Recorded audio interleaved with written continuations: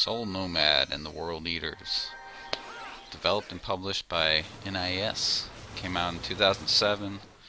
Was recently ported over to Steam and Switch and stuff. I guess just Steam and Switch. It's a strategy-based RPG with some pretty badass battle animations. I never played the game originally back in the day, but you know, I got the NIS Printy Presents Classics Volume 1, and this is the game I played of the two it came with. And it's pretty epic. You know, voice acting, I mean, the voice actors seem to be really into it. It's weird, there's a lot of different accents. And there's a great betrayal in the game, too, which I wasn't expecting or seeing. It's like about halfway through or something like that. I didn't really get too into the story because it took me a couple years to beat it. It's one of those 50-hour games. 40 hours, I don't know, it depends on how fast you play it.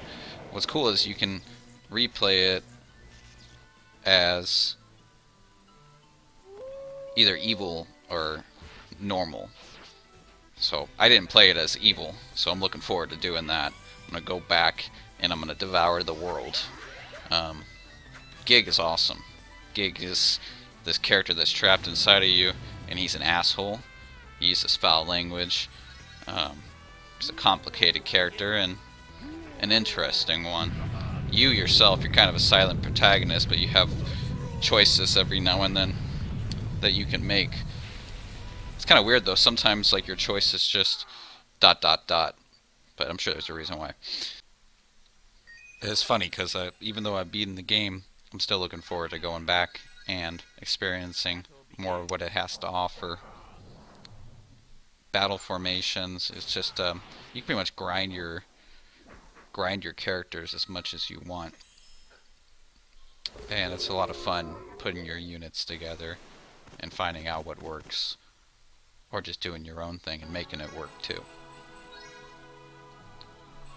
I will say that there's a lot about the game that I don't know if there was a tutorial for within the game. There's no instruction booklet, so I had to really find out how a lot of stuff worked as I went along, and it was a slow process, which is another reason why I want to play the game again, because I feel like I understand so much more about it after spending so much time in the first playthrough. But it's very, you know, it's rare that like you're gonna find a game that, you know, something like this, such a time investment too, that you want to play again. That's how I feel. I don't know how you would feel. It took me a long time though. It was like piece by piece, you know, one of those games that's played for a couple of years. That's why I don't remember the story really. Do I recommend this game? Well, yeah, of course. That's why I'm making a video about it.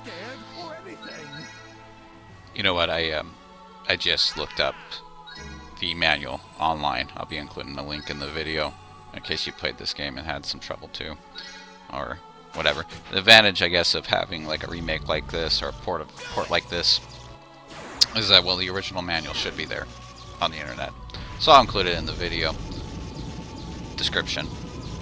Anyways, thanks for listening to me talk about Soul Nomad and the World Eaters. Have a good day.